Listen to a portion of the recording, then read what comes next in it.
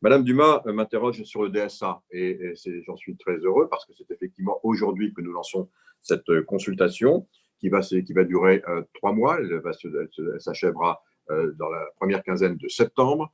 Et donc, elle a pour but évidemment d'interroger tous les acteurs qui sont concernés, qui se sentent concernés sur les plateformes. Bien sûr, Madame Dumas, je vous confirme tout de suite qu'il s'agit pour nous de recueillir d'abord l'avis de tout le monde, mais évidemment de renforcer, je n'ai pas peur de le dire, la responsabilité des plateformes. En tout cas, c'est notre vision à nous, Européens.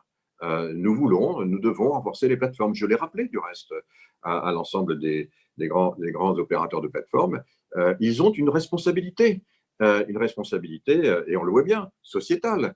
Donc, il ne s'agit pas uniquement d'éliminer les contenus haineux, Dieu sait qu'il y en a et qu'il faut le faire. Il s'agit aussi d'éliminer tous les appels au terrorisme, tous les appels à la haine, tous les contenus pédopornographiques, tout ce qui n'a pas à se trouver sur ces réseaux, et donc à avoir les interventions en amont, avec des obligations qui devraient être renforcées. Elles existent déjà, mais on veut les renforcer, y compris par l'intermédiaire de technologies qui n'existaient pas il y a 20 ans quand on a bâti la directive e-commerce. Enfin, il y a plus de 20 ans, c'était au début des années 2000.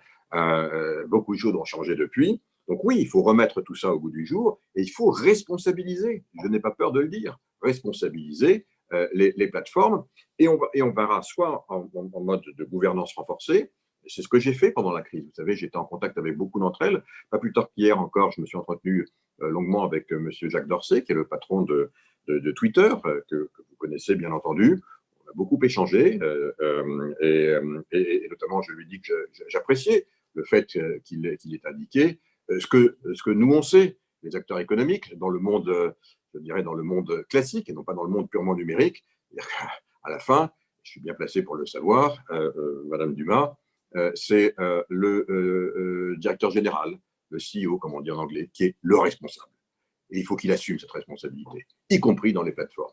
Eh bien, je suis satisfait de voir que c'est un des propos qu'il a tenus il y a 2 ou 3 jours et qui rentre effectivement dans le contexte de ce que nous voulons faire, et inviter évidemment comme les autres à participer à cette large consultation. Les ONG vont y participer, le monde académique va y participer. Vous êtes toutes et tous invités à le faire, évidemment, en tant que représentant de la nation. C'est très important que chacun puisse s'exprimer, puis on prendra les décisions. Mais vous avez les idées qui sont les nôtres aujourd'hui. Il faut le faire évidemment en consultation, c'est notre mode de fonctionnement. D'autres le font de façon peut-être des fois plus brutale. Nous, on consulte, on a des idées qui sont assez claires. On veut garder évidemment la libre expression, c'est très important, mais que voulez-vous, il faut, et comme je leur dis souvent, je prenais un petit exemple pour illustrer les difficultés que nous avons dans le monde des médias classiques pendant les périodes d'élection, je pense notamment à l'audiovisuel, votre parole est extrêmement contrôlée, il y a des temps de parole, notamment dans le cadre d'élections présidentielles, voilà, il faut qu'il y ait un temps de parole équitable pour les uns et pour les autres.